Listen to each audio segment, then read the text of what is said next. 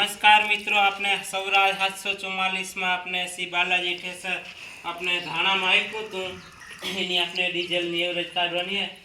આપણે 4 કલાક ને 57 મિનિટ આપ્યું હતું, ઓલો 5 કલાક ને 57 મિનિટ જેવું, એટલે 6 કલાકમાં 3 મિનિટ ઓછું આપણે હવે ફૂલ ટાંકી કરીને તે દી તે આપ્યું હતું।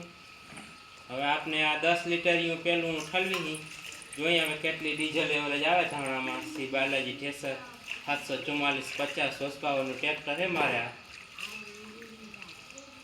વિડીયો થોડોક લાંબો થશે મિત્રો, છેક સુધી બન્યા રહેજો વિડીયોમાં। જો મારી યુટ્યુબ ચેનલને સબસ્ક્રાઈબ ના કરી તો મિત્રો સબસ્ક્રાઈબ કરજો। આપણે આ પેલું 10 લીટરનું ઠલવી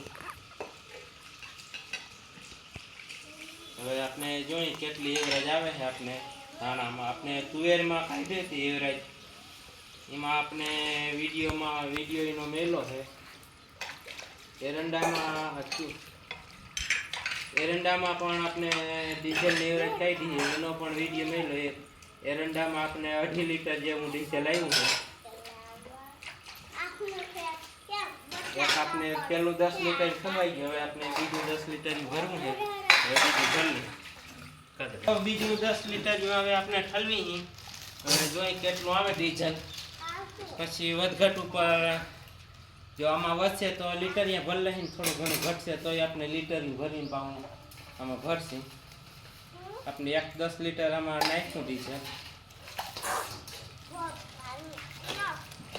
ને આપણે વાત કરી તો 1100 RPM ઉપર આપ્યું હતું ઠેસર ને ધાણામાં ઘાર સારો હતો એટલે કાઢવામાં વાર લાગી હતી। 5.5 વીઘા જેવા 5.5 વીઘા નહોતા ધાણા,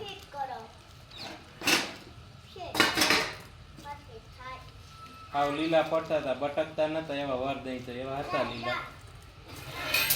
હવે ટાંકી ભરાઈ રહેવા આવી છે।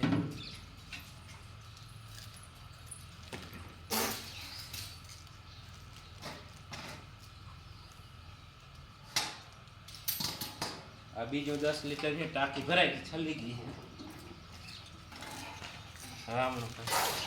હવે આપણે આ લીટરિયું ભરીને પાછું નોખું કાઢી કેટલું વધ્યું।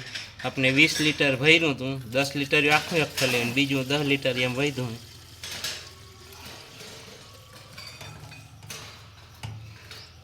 આપણે પેલું એક 10 લીટરિયું ભરાઈ ગયું, હવે બીજું લીટરિયું ભરી આપણે।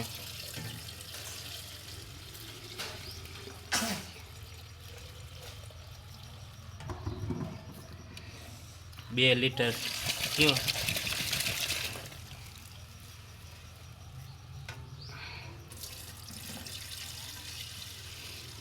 આપણે મિત્રો ડીઝલની એવરેજ કાઢી ધાણામાં 3 લીટર થયું, હજી 1 લીટર જેવું છે। આપણે 6 કલાકમાં 3 મિનિટ ઓછું રહ્યું એટલું આવેલું ઠેસર ને આ અધૂરું રહી ગયું, 1.5 લીટર જેવું ભરાણું છે। આપણે 3.5 લીટર ડીઝલ વાયધું, 16.5 લીટર ડીઝલ આવ્યું ને 6 કલાક આપણે ઠેસર આવ્યું શ્રી બાલાજી ધાણામાં। બંધ કરી દેવા છે।